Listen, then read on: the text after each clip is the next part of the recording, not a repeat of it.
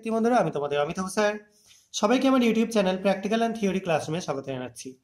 আজকে আমরা আয়রনের একটা স্যাম্পল নিয়ে একটা টেস্ট করে দেখব। এটা আছে FeCl3 অর্থাৎ ফেরিক ক্লোরাইড। এখানে কিছুটা আমরা এমনি জল নিয়ে নিলাম। এটা যে কোনো জল, ট্যাপ ওয়াটার বা ডিস্টিল ওয়াটার যা খুশি নিতে পারো।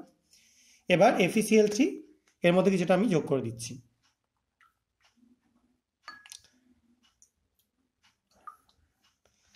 একটা দ্রবণ তৈরি করে নিলাম FeCl3।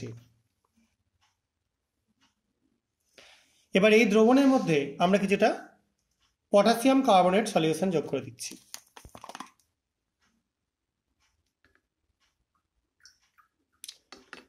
দেখো, দ্রবণের বর্ণ সম্পূর্ণ আলাদা হয়ে গেল, একটা লালচে বাদামি বর্ণ তৈরি হলো, সবাই দেখতে পাচ্ছ।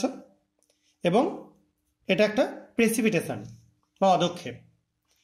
এবার আমরা এই দ্রবণটার মধ্যে যোগ করে দেবো কিছুটা ডাইলিউট অ্যাসিড। এখানে আমি HCl যোগ করছি।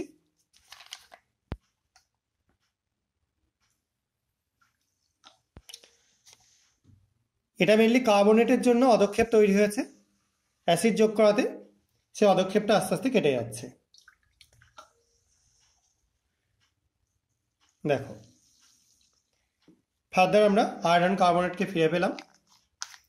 এবার আমি এটা দুটো পার্ট করে নিচ্ছি।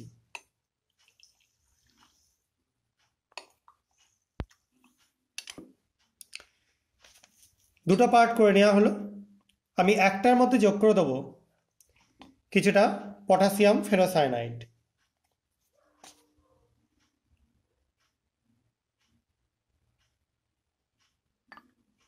দেখতে পাচ্ছ নিশ্চয়ই সবাই, খুব সুন্দর একটা কালারেশন তৈরি হয়েছে, ময়ূরকণ্ঠী কালার বা প্রুসিয়ান ব্লু।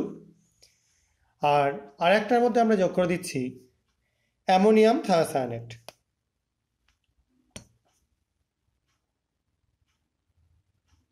দেখো, একদম ডেন্সিভ রেড কালার তৈরি হচ্ছে। এবং এই দুটো কালার তৈরি হওয়াতে তোমরা এখান থেকে আয়রন Fe+3 মোটামুটি কনফার্ম হয়ে যাবে। কারণ এই প্রথমের জন্য যে কালারটা, এটা Fe+2-র জন্য হতে পারে, কিন্তু এই কালারটা শুধুমাত্র Fe+3-র জন্য হবে। এটা থেকে তোমরা আয়রনের কোনো র্যাডিক্যাল ফেরিক না ফেরাস সেই সম্পর্কে আইডিয়া করতে পারবে। আশা করা যায় তোমরা বুঝতে পেরেছো। যদি কারো অসুবিধা থাকে কমেন্টে তোমরা জানাতে পারো।